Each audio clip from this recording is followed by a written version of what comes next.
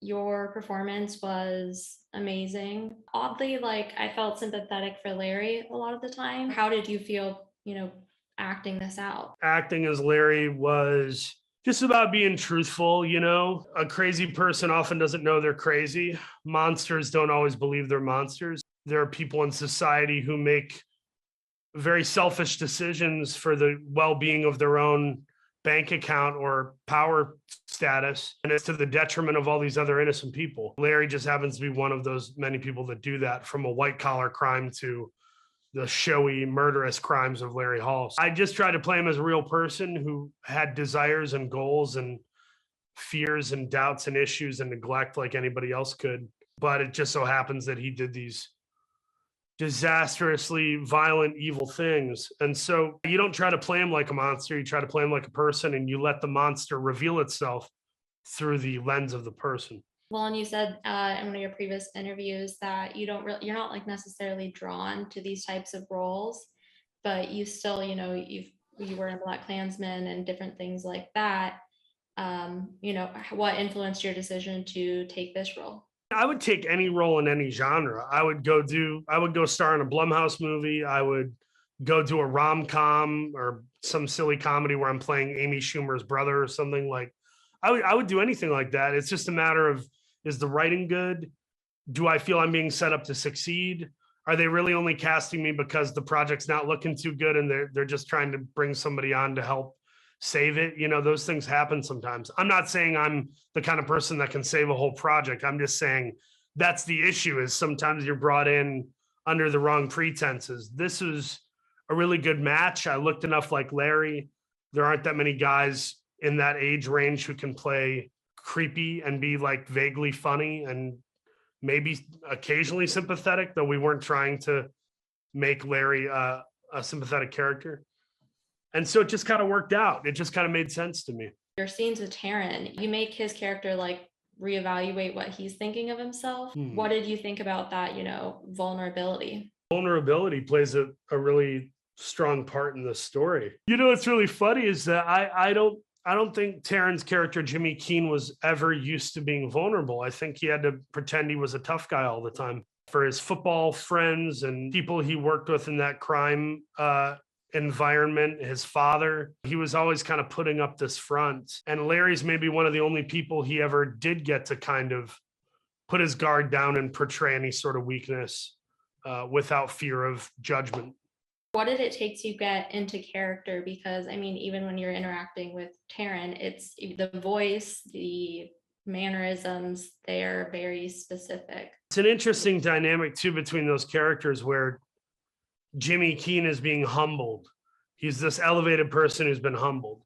And Larry is sort of a humbled person from his whole life who's being elevated in the spotlight in that moment. So there's just an interesting power dynamic that's shifting throughout the story.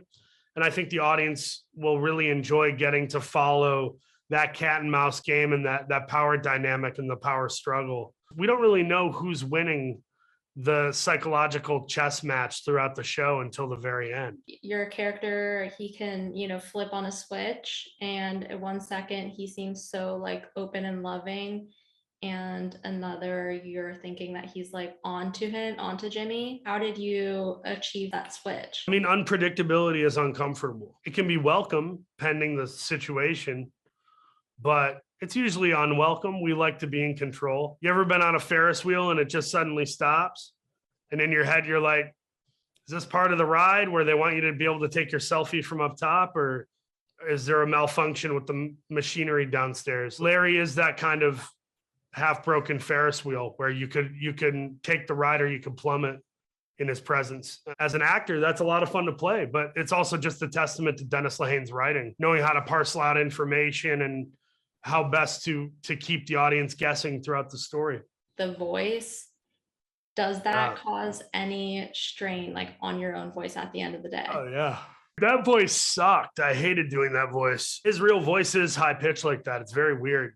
It's like cartoonishly high. I had to try to capture that. And you know what? I probably could have not even done it. It's not like Larry Hall is as famous as somebody doing like a Rolling Stones biopic and playing Mick Jagger. Like you could probably get away with not nailing Larry's voice. But for me, it's part of what helps me understand the character.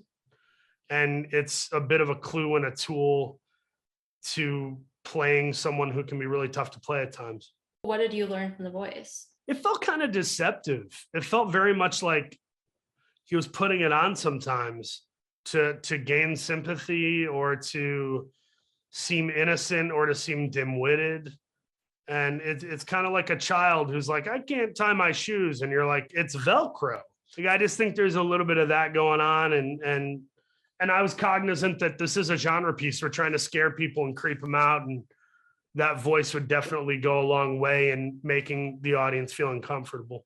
Do you think he played into it? I actually diluted it. It was higher and more weird than I even played it. He was at like a 11 out of 10, the real voice. And I brought it down to maybe an 8.5. Yeah. What's next for you? I mean, you're obviously like funny. When are we going to see you in a comedy? I'd love to like do a movie where I play brothers with Ryan Reynolds or something. Like that would be a lot of fun. Or I could see me and Kevin Hart in like an action comedy. That'd be really fun. I'm sort of going where the wind takes me. But the thing I'm most excited about is I just wrapped a movie with Sydney Sweeney called National Anthem. And I'm really proud of that film. And it, just like Blackbird, it's a great script. I have a music project coming out July 8th on Spotify and Apple Music. I'm performing under the name Signet Ringer, SIGNETRINGER. And the name of the album is Murder for Hire. Hire spelled HIGHER. It's a rap album, so or a 6-track rap EP. So I'm excited to put that up.